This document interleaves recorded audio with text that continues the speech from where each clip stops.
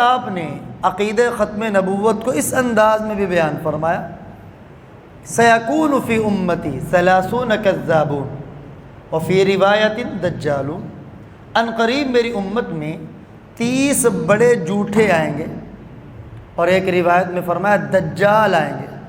کیا کہیں گے؟ کلہم یزعم انہ نبی، وہ معاشرے میں آ کے دعویٰ کریں گے نبوت کا، لیکن آپ نے فرمایا کہ وہ کذاب اور دجال تو ہیں، نبی نہیں، کیونکہ میں آخری نبی ہوں، میرے بعد کوئی نبی نہیں۔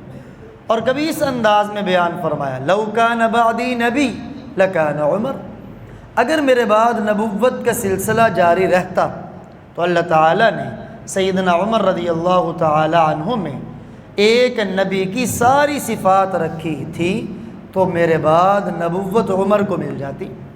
اور کبھی آپ نے اس انداز میں بیان فرمایا، سیدنا علی سے مخاطب ہو کے فرمایا، اما ترضی ان تکون منی بمنزلت ہارون من موسیٰ، اے علی کیا تم اس پر راضی نہیں کہ تم مجھ سے اس مرتبے میں ہو جو ہارون کا موسیٰ علیہ السلام سے تھا۔ اب شک و شبہ ذہن میں آ سکتا تھا کہ ہارون علیہ السلام تو نبی بھی تھے، اگر علی کو وہ مرتبہ ہے جو ہارون کو موسیٰ علیہ السلام سے تھا تو کیا سیدنا علی کے لیے نبوت بھی ہے؟ تو فرمایا الا انہ لا نبی بعدی، مگر یہ بات ہے کہ میرے بعد نبی کوئی نہیں۔